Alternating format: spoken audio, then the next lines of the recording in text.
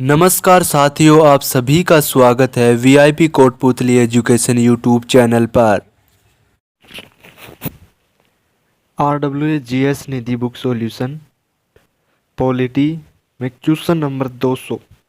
भारत के महान्यायवादी attorney general के रूप में नियुक्त होने के लिए आवश्यक योग्यता है कितनी है?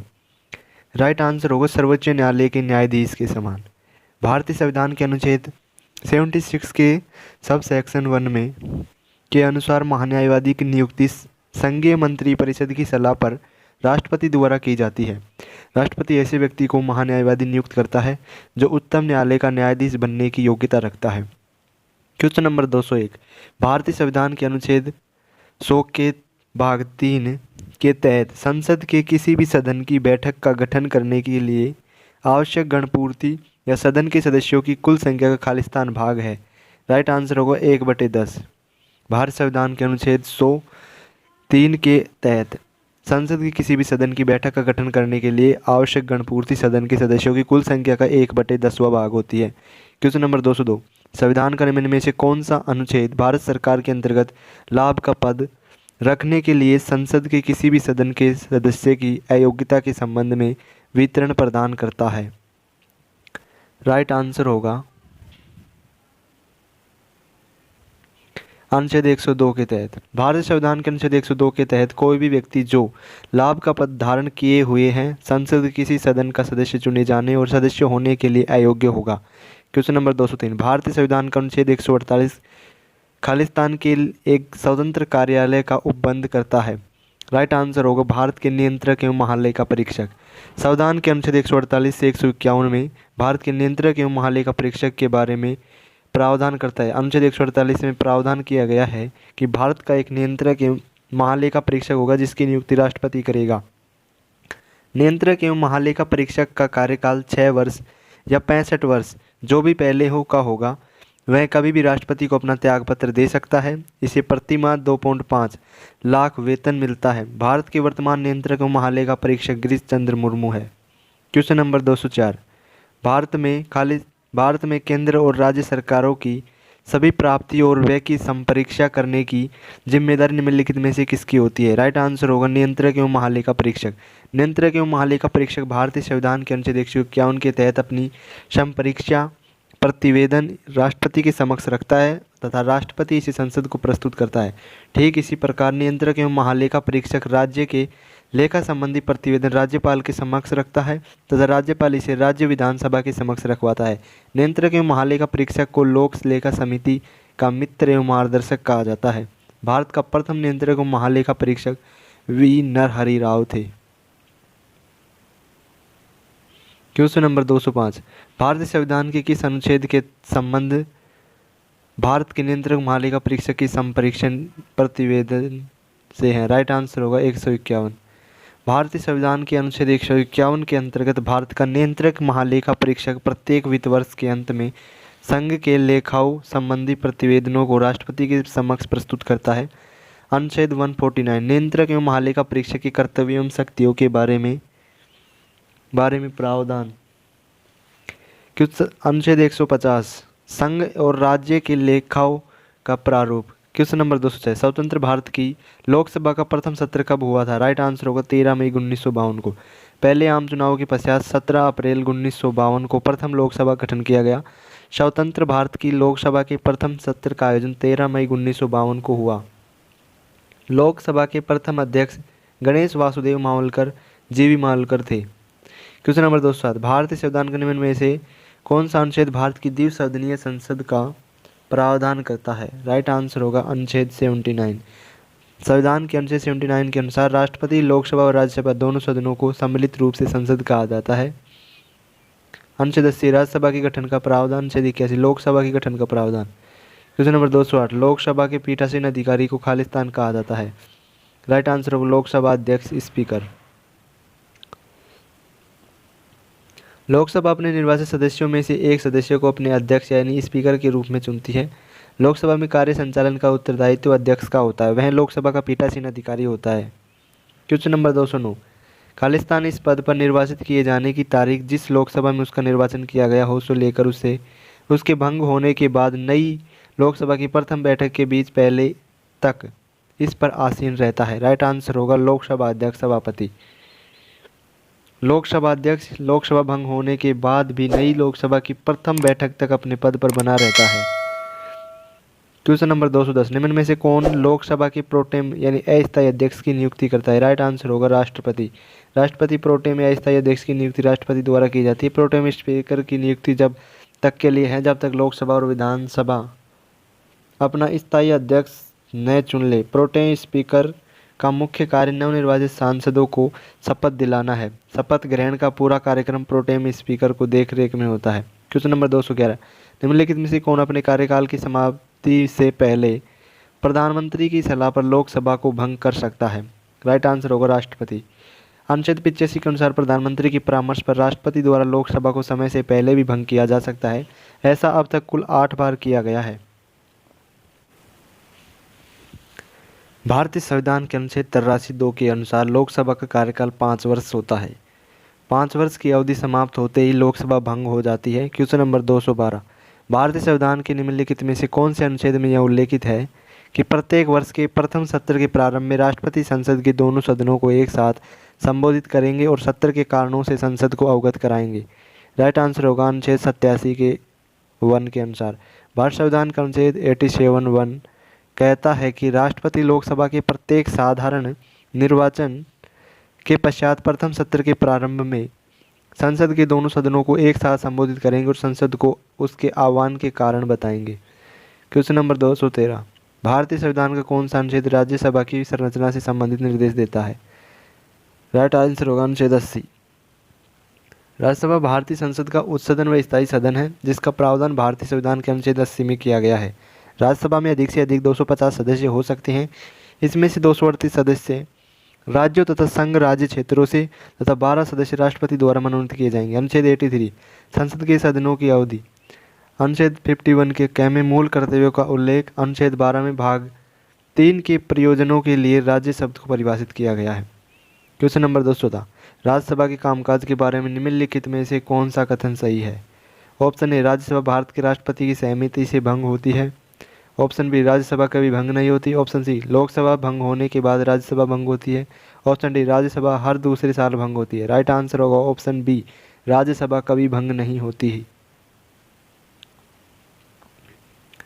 भारतीय संविधान के अनुच्छेद 83(1) के अनुसार राज्यसभा एक स्थायी सदन है। राज्यसभा कभी भी भंग नहीं होती है बल्कि इसके 1/3 सदस्य प्रत्येक 2 वर्ष के बाद सेवानिवृत्त होते हैं।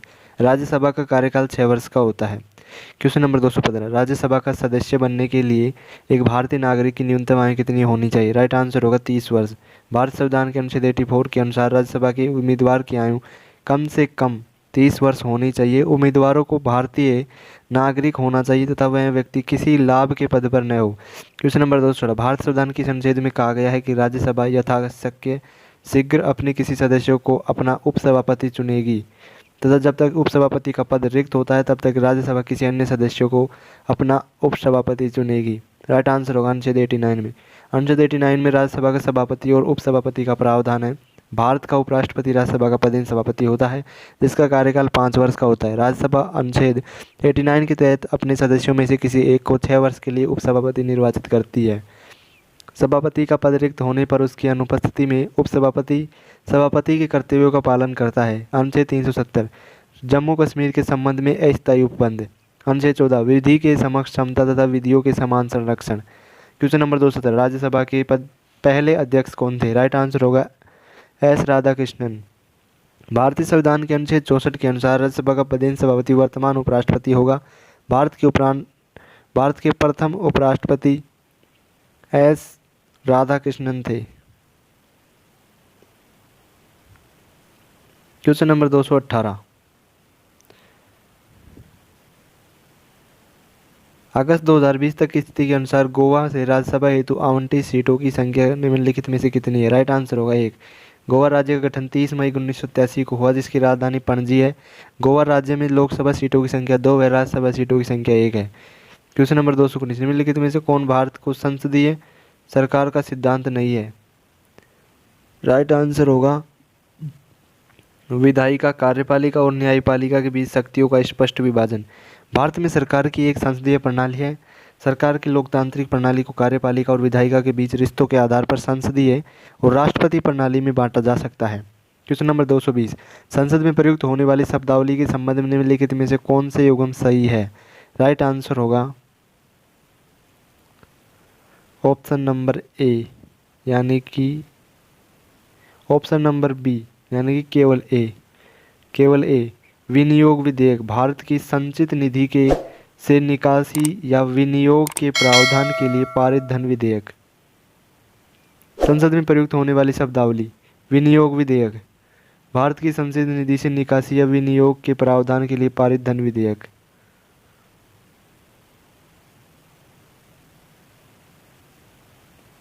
अनुदान की मांग संविधान के अनुच्छेद 113 में कहा गया है कि भारत की संचित निधि से धन निकालने का कोई भी प्रस्ताव या अनुमान अनुदान की मांग के रूप में लोकसभा में प्रस्तुत किया जाएगा।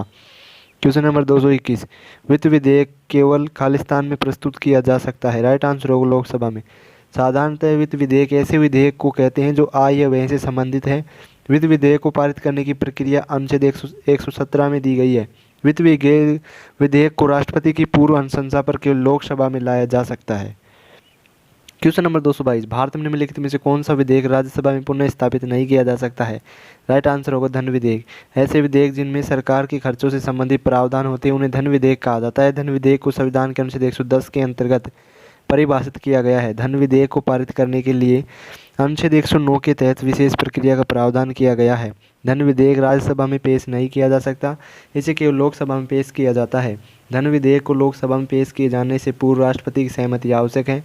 साधारण विधेयक वित्तीय विषयों से संबंधित प्रावधानों के अलावा किसी भी प्रावधान से संबंधित है। साधारण विधेयक का उल्लेख अनुच्छेद 107 और 108 के तहत किया गया है। साधारण विधेयक को संविधान के किसी भी सदन में पेश किया जा सकता है। संविधान संशोधन प्रक्रिया का प्रावधान संविधान के भाग 20 अनुच्छेद 368 के तहत किया गया है। संविधान संशोधन विधेयक को संसद के किसी भी सदन में पेश किया जा सकता है।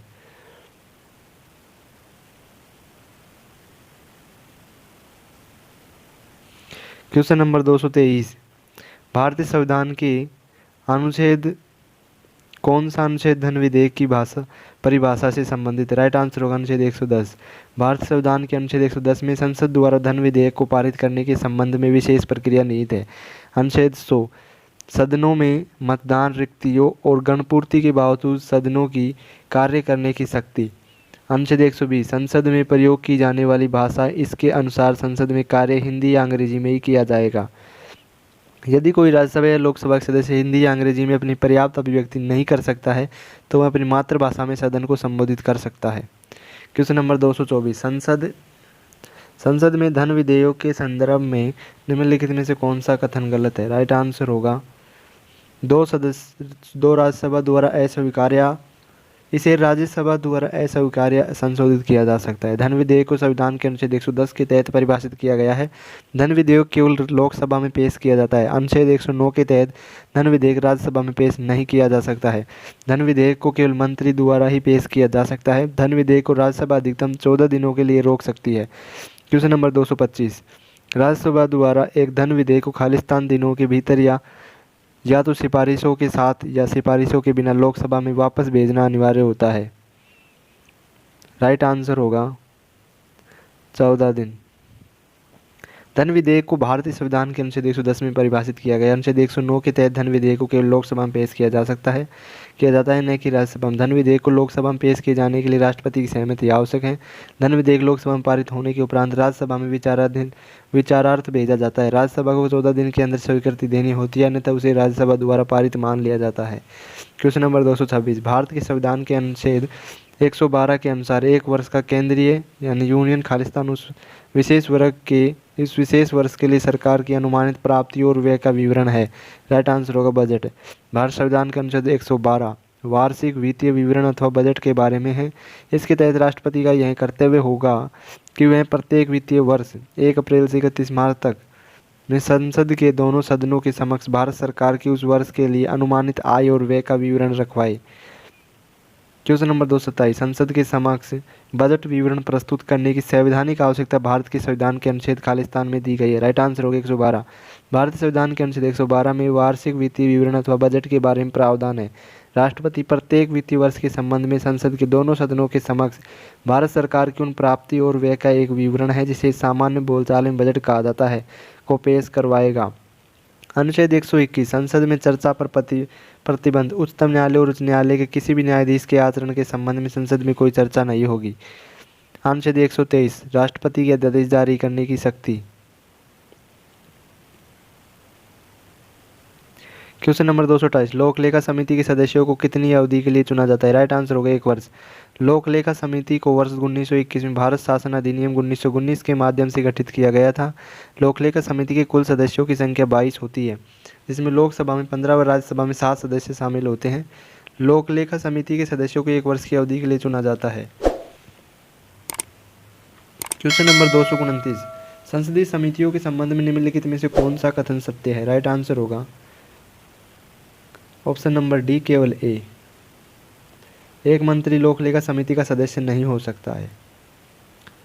लोक लेखा समिति में कुल 22 सदस्य होते हैं, 15 लोकसभा से और 7 राज्यसभा से। इस समिति का कार्यकाल 1 वर्ष का होता है। मंत्रिपरिषद का कोई भी सदस्य लोक लेखा समिति में शामिल नहीं हो सकता। इस समिति का अध्यक्ष कोई विपक्षी दल का सदस्य होता है। प्राक्कलन समिति में कुल 30 सदस्य होते हैं। सभी सदस्य लोकसभा में अनुमानित प्रतिनिधित्व पद्धति से एकल संक्रमणीय मत द्वारा निर्वाचित होते हैं। इस समिति के अध्यक्ष की नियुक्ति लोकसभा अध्यक्ष द्वारा की जाती है। प्राक्कलन समिति का अध्यक्ष सत्ताधारी दल का नेता होता है। सार्वजनिक उपक्रम समिति, इस समिति में कुल 22 सदस्य होते हैं, जिसमें 15 सदस्य लोकसभा के व 7 राज्यसभा के होते हैं। सार्वजनिक उपक्रम समिति के सदस्यों का कार्यकाल 1 वर्ष का होता है। क्वेश्चन नंबर 230 संसदीय प्रक्रिया में कोरम को खालिस्तान के रूप में समझा जा सकता है। राइट आंसर होगा सदन की कार्यप्रणाली को सुचारू रूप से चलाने के लिए न्यूनतम सदस्यों की संख्या। लोकसभा और राज्यसभा की बैठक शुरू करने के लिए कम से कम 10% सांसदों की मौजूदगी अनिवार्य है, इसे ही कोरम कहते हैं। क्वेश्चन नंबर 231 भारत के संविधान के अनुच्छेद द्वारा भारतीय संसद के दोनों सदनों और उनके सदस्यों और समितियों की शक्तियों, विशेषाधिकारों और प्रतिरक्षाओं को स्पष्ट किया गया है। राइट आंसर होगा अनुच्छेद 105 में। भारतीय संविधान के अनुच्छेद 105 में संसद के दोनों सदनों और उसके सदस्यों और समितियों की शक्तियों, विशेषाधिकारों और प्रतिरक्षाओं को स्पष्ट किया गया है। अनुच्छेद 194 राज्य विधानमंडल के सदस्यों की शक्ति और विशेषाधिकारों का उल्लेख है। अनुच्छेद 124 उच्चतम न्यायालय की स्थापना और गठन।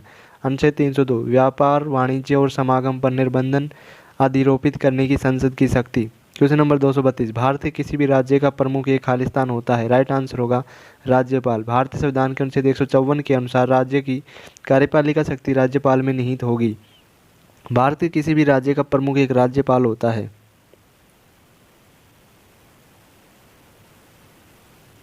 संविधान के अनुच्छेद 155 के अंतर्गत राज्यपाल की नियुक्ति राष्ट्रपति द्वारा की जाती है। क्वेश्चन नंबर 233 राज्य के राज्यपाल की नियुक्ति खालिस्तान द्वारा की जाती है। राइट आंसर होगा राष्ट्रपति द्वारा। भारतीय संविधान के अनुच्छेद 155 के तहत राज्यपाल की नियुक्ति राष्ट्रपति द्वारा की जाती है। राष्ट्रपति द्वारा उस व्यक्ति को उस राज्य का राज्यपाल नियुक्त किया जाता है जिसे केंद्र सरकार द्वारा नामांकित किया जाता है। क्वेश्चन नंबर 230 किसी राज्य का राज्यपाल किसके प्रसाद पर्यंत अपना पद धारण करता है। राइट आंसर होगा भारत के राष्ट्रपति। भारत संविधान के अनुच्छेद 156 के तहत राज्यपाल राष्ट्रपति के प्रसाद पर्यंत अपना पद धारण करता है। राज्यपाल का कार्यकाल अधिकतम 5 वर्ष का होता है, किंतु इस अवधि के पहले राज्यपाल राष्ट्रपति को त्यागपत्र देकर अपने पद से मुक्त हो सकता है। क्वेश्चन नंबर 235 भारतीय संविधान के निम्नलिखित में से किस अनुच्छेद में यह प्रावधान है कि राज्यपाल मुख्यमंत्री की नियुक्ति करता है और बाद में मुख्यमंत्री राज्यपाल से मंत्रियों की नियुक्ति की अनुशंसा करता है। राइट आंसर होगा अनुच्छेद 164 में। अनुच्छेद 167 राज्यपाल को सूचना प्रस्तुत करने के संबंध में मुख्यमंत्री के कर्तव्य को परिभाषित करता है। अनुच्छेद 165 में राज्य के राज्यपाल द्वारा महाधिवक्ता की नियुक्ति। अनुच्छेद 163 राज्यपाल द्वारा सभी विषयों पर मंत्रिपरिषद की सलाह और परामर्श। क्वेश्चन नंबर 236 भारत संविधान का कौन सा अनुच्छेद राज्यपाल की सभी कार्यपालिका शक्तियों से संबंधित है। राइट आंसर होगा अनुच्छेद 154। भारतीय संविधान के अनुच्छेद 154 के अनुसार राज्य की कार्यपालिका शक्ति राज्यपाल में निहित होती है। राज्यपाल इस शक्ति का प्रयोग स्वयं या अपने अधीनस्थ पद अधिकारियों द्वारा करेगा। अनुच्छेद 156 राज्यपाल राष्ट्रपति के प्रसाद पर्यंत पद धारण करता है। अनुच्छेद 157 राज्यपाल नियुक्त होने के लिए अहर्ताएं। क्वेश्चन नंबर 237 किसी राज्य के सभी अधिकारी कार्यकारी कार्यों को खालिस्तान के नाम से किया जाना अभिव्यक्त किया जाएगा। राइट आंसर होगा राज्यपाल के नाम। राष्ट्रपति संविधान भारतीय संविधान के भाग 6 अनुच्छेद 153 से 162 तक में राज्यपाल के बारे में प्रावधान किया गया है। अनुच्छेद 153 के अनुसार प्रत्येक राज्य का एक राज्यपाल होगा। किसी राज्य के राज्यपाल के सभी कार्यकारी कार्यों को राज्यपाल के नाम से किया जाना अभिव्यक्त किया गया है। क्वेश्चन नंबर 238, भारत के किसी राज्य के राज्यपाल के रूप में नियुक्त होने के इच्छुक व्यक्ति की न्यूनतम आयु कितनी होनी चाहिए? राइट आंसर होगा 35 साल। भारत के संविधान के अनुच्छेद 157 में राज्यपाल पद पर नियुक्त के लिए योग्यताएं: भारत का नागरिक हो, उम्र 35 वर्ष से अधिक होनी चाहिए, किसी राज्य या संघ सरकार के अंतर्गत लाभ का पद धारण नहीं करता है। क्वेश्चन नंबर 239, भारतीय संविधान के अनुच्छेद 167 के तहत वर्णित मुख्यमंत्री का कर्तव्य क्या है? राइट आंसर होगा मंत्रिपरिषद के सभी निर्णयों की सूचना राज्यपाल को देना। अनुच्छेद 167 मंत्रिपरिषद के सभी निर्णयों की सूचना राज्यपाल को देना। अनुच्छेद 165 प्रत्येक राज्य का राज्यपाल उच्च न्यायालय का न्यायाधीश नियुक्त होने योग्य व्यक्ति को राज्य का महाधिवक्ता नियुक्त करेगा। अनुच्छेद 164 मंत्रिपरिषद राज्य विधानसभा के प्रति सामूहिक रूप से उत्तरदायी होगा और मंत्रियों की नियुक्ति मुख्यमंत्री की सलाह पर राज्यपाल द्वारा की जाएगी। क्वेश्चन नंबर 240, राज्य सरकार की बर्खास्तगी और राज्य विधानसभा कि निलंबन और विघटन की सिफारिश करने की शक्ति किसके पास होती है? राइट आंसर होगा राज्यपाल के पास। राज्य सरकार की बर्खास्तगी और राज्य विधानसभा के निलंबन या विघटन की सिफारिश करने की शक्ति राज्यपाल के पास होती है। क्वेश्चन नंबर 241, भारतीय संविधान के कौन से अनुच्छेद में कहा गया है कि विधानमंडल के विश्रांति काल के दौरान अध्यादेश प्रख्यापित करने की राज्यपाल के पास शक्ति है? राइट आंसर होगा अनुच्छेद 213 में। भारत के संविधान का अनुच्छेद 213 राज्यपाल के अध्यादेश बनाने की शक्ति से संबंधित है। जब राज्य विधानसभा सत्र में नहीं होती है तो राज्यपाल अध्यादेश को प्रख्यापित कर सकता है। अनुच्छेद 210, विधानमंडलों में प्रयोग की जाने वाली भाषा। अनुच्छेद 212, न्यायालयों द्वारा विधानमंडल की कार्यवाहियों की जांच न किया जाना। अनुच्छेद 214, राज्यों के लिए उच्च न्यायालय। क्वेश्चन नंबर 242, खालिस्तान कैबिनेट और राज्यपाल के बीच संपर्क की एकमात्र कड़ी है? राइट आंसर होगा मुख्यमंत्री कैबिनेट और राज्यपाल के बीच संपर्क की एकमात्र कड़ी है। भारतीय संविधान के अनुच्छेद 164 के अनुसार मुख्यमंत्री की नियुक्ति राज्यपाल करता है। राज्यपाल विधानसभा के बहुमत दल के नेता को मुख्यमंत्री पद पर नियुक्त करता है। क्वेश्चन नंबर 243, जनवरी 2021 तक किसी भी भारतीय राज्य या केंद्र शासित प्रदेश की सबसे लंबे समय तक महिला मुख्यमंत्री रहने वाली महिला का नाम क्या है? राइट आंसर होगा शीला दीक्षित। शीला दीक्षित दिल्ली की सबसे लंबे समय तक सेवा करने वाली मुख्यमंत्री थी। शीला दीक्षित किसी भारतीय राज्य या केंद्र शासित प्रदेश की सबसे लंबे समय तक मुख्यमंत्री पद पर रहने वाली महिला मुख्यमंत्री थी। उन्होंने 1998 से शुरू होकर 15 वर्षों की अवधि तक दिल्ली की सेवा की थी। शीला ने कांग्रेस पार्टी को लगातार 3 बार चुनावी जीत दिलाई। क्वेश्चन नंबर 244, भारत संविधान का कौन सा अनुच्छेद राज्य के महाधिवक्ता की बात करता है? राइट आंसर होगा 165। भारत संविधान के अनुच्छेद 165 के तहत राज्य के महाधिवक्ता का प्रावधान किया गया है। महाधिवक्ता राज्य का सर्वोच्च विधिक अधिकारी होता है। राज्यपाल ऐसे व्यक्ति को राज्य का महाधिवक्ता नियुक्त करता है जो उच्च न्यायालय का न्यायाधीश नियुक्त होने की योग्यता रखता हो। भारतीय संविधान के अनुच्छेद 177 के अनुसार महाधिवक्ता को राज्य विधानमंडल की कार्यवाहियों में भाग लेने और बोलने का अधिकार है, किंतु मतदान करने का अधिकार नहीं है। राज्य महाधिवक्ता को राज्य के किसी भी न्यायालय में सुनवाई का अधिकार है। अनुच्छेद 77, भारत सरकार की समस्त कार्यपालिक कार्यवाही राष्ट्रपति के नाम से की जाएगी। अनुच्छेद 136, अपील के लिए उच्चतम न्यायालय की विशेष अनुमति। क्वेश्चन नंबर 245, भारत में राज्य के महाधिवक्ता की नियुक्ति कौन करता है? राइट आंसर राज्य का राज्यपाल। संविधान के अनुच्छेद 165 के अनुसार राज्यपाल और द्वारा महाधिवक्ता की नियुक्ति की जाती है। महाधिवक्ता राज्य का सर्वोच्च विधि अधिकारी होता है जो राज्यपाल के प्रसाद पर्यंत कार्य करता है। राज्यपाल कभी भी उसे उसके पद से हटा सकता है।